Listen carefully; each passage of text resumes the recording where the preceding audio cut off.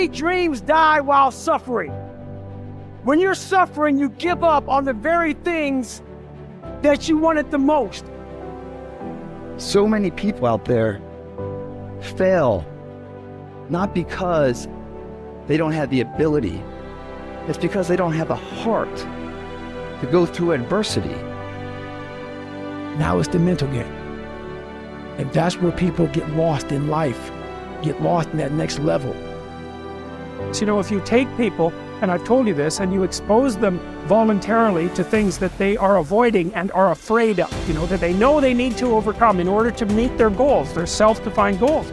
If you can teach people to stand up in the face of the things they're afraid of, they get stronger. And you don't know what the upper limits to that are, because you might ask yourself, if for 10 years, if you didn't avoid doing what you knew you needed to do, by your own definitions, right, within the value structure that you've created, to the degree that you've done that, what would you be like? Well, there are remarkable people who come into the world from time to time, and there are people who do find out over decades-long periods what they could be like if they were who they were, if they spoke their being forward, and they'd get stronger and stronger and stronger, and we don't know the limits to that. We do not know the limits to that. And so you could say, well, in part, perhaps the reason that you're suffering unbearably can be left at your feet, because you're not everything you could be, and you know it. Now, whatever goal you have, you're going to have some opposition, you're going to have some difficulties, you're going to have some challenges, you're going to have your inner conversation telling you can't do it, and you're going to have people picking at you. You got to talk to yourself when you begin to think negative. I don't think I can do that, Les. You can. Why don't you just test yourself? Why don't you stretch, Les? Come on, man. When you start seeing yourself thinking something negative, stop it right quick. Stop yourself. Catch yourselves. When you find yourself getting negative with people that you have allowed to push your buttons, when you find yourself becoming negative about what's happening to you, you've got to affirm to yourself in the process, hey, no, I can make it. There's some way this can happen for me. As you start believing that you are worthy of good things supposed to happen to you, you develop a sense of entitlement. Good things supposed to happen to me. Working on yourself, watching that inner dialogue, it will determine the quality of your life. You chase something that you believe you deserve until you get it. And it doesn't matter what happens to you. It doesn't matter how many times you get fired. It doesn't matter how many people don't believe in you. Just go until you get it. Because if you're willing to go through all the battling you got to go through to get to where you want to get, who's got the right to stop you? Nobody. It's your right to listen to your gut. It ain't nobody's right to say no. And you earn the right to be where you want to be and do what you want to do. If you do what is easy, your life will be hard. But if you do what is hard, keep coming back again and again and again. Get up dressed every day, knowing some way, somehow, with a spirit of expectation, I can do this. If you do that over and over and over again, your life will be easy.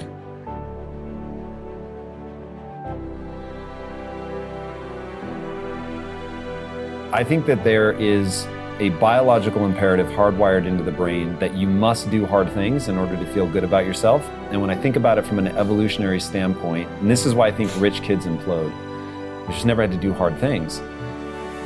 From an evolutionary perspective, I think it was just so hard to stay alive. Like for millions of years, it really was red in tooth and claw. Like to stay alive, you were kill or be killed, you were hunting, gathering, fighting other tribes. I mean, just crazy. And the people that were going to survive were going to be the ones that got an emotional, a self-applied emotional reward for doing something hard. And when you do something hard and you recognize it, it needs to feel good. And if it does, then you will keep doing hard things and you're the far more likely to survive than the person who's like, that sucked, there was no redeeming qualities. And so it's just like, when I think about that, because if I were to create a recipe for fulfillment, it's very simple. It's working really hard, doing hard things, to gain a set of skills that allow you to serve not only yourself, but others. That's it. That's the whole recipe. But it really has to be that you had to do something hard. If it came easily to you, it won't give you the sense of respect that you want. Like the stuff that I've gotten more easily in my life, I don't take a lot of pride in. It's always the stuff that I grind out, like through pain and suffering, and I endure. In fact, I want to read you a quote.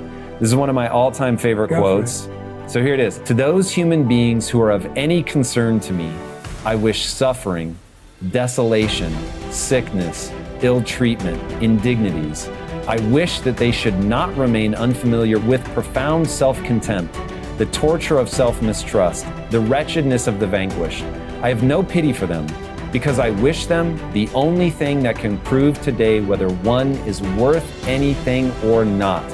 That one endures. We are all chained to fortune. The chain of one is made of gold and wide, while that of another is short and rusty. But what difference does it make? The same prison surrounds all of us, and even those who have bound others are bound themselves. Unless perchance you think that a chain on the left side is lighter. Honors bind one man, wealth another. Nobility oppresses some, humility others. Some are held in subjection by an external power, while others obey the tyrant within. Banishments keep some in one place, the priesthood others. All life is slavery. Therefore, each one must accustom himself to his own condition and complain about it as little as possible, and lay hold of whatever good is to be found near him. Nothing is so bitter that a calm mind cannot find comfort in it. Small tablets, because of the writer's skill, have often served for many purposes, and a clever arrangement has often made a very narrow piece of land habitable. Apply reason to difficulties.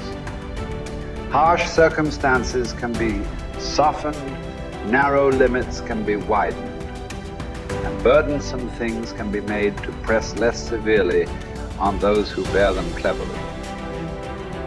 We are emotional creatures. We all study, like you're talking about it, using your brain. You're such a smart person. I love you dearly. And you analyze it all. But your effing brain isn't going to do shit. What's going to do it is enough emotion. Well, emotion is the power. Emotion is what starts wars. It's what ends wars. Emotion is what gets you married. Emotion is where kids comes from. Divorce is where emotion comes from. Everything that you can think of a major change in humanity, from the most extreme of war to the most gentle of love, all come from human emotion. So it's the mix of emotion. It's like knowing what you want and having the right fuel to get there.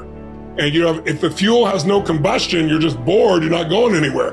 If the fuel is total trauma and I'm overwhelmed, you just blow up and go nowhere.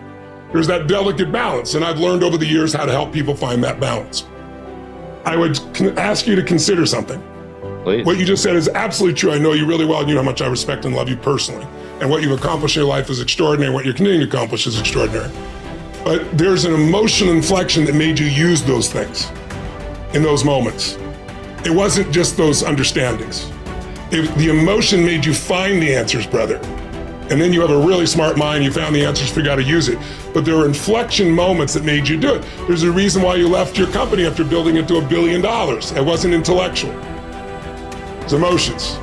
So, but you have developed your mind so much, it's like your right arm, your bicep is really strong, your left one, not quite as much.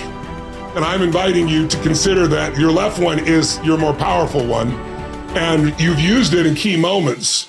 But it's very protective to use the mind, because we're all afraid to feel a little too much. So the more I can understand it, I put it out here, I can analyze it, I don't have to be in it. But the truth is, where the real impact is when there's enough emotion that gets you to apply the things that you understand intellectually, right? Or find the answer that you didn't even have the answers. You found the answers intellectually because the emotion drove you. So it's really studying what creates that emotion that makes the difference in anybody's life. That's where everything begins and ends, is with emotion. And yet our society is all about up here. In Chinese medicine, it's all about the heart, right? That's considered the center, right? In America, we think it's the brain. Now, when you first are born, your heart starts beating. That's how we know you're alive, and there is no brain yet. And this literally is the initial sense of intelligence. That's why, for thousands of years, even poets have talked about the power of the heart. Well, the heart has tremendous power, and there's a biochemical connection between the brain and the heart that I know you know about. And learning how to use that is where you create more lasting change. When I was understanding it all, I was good. When I learned how to move people, I got great at what I was doing.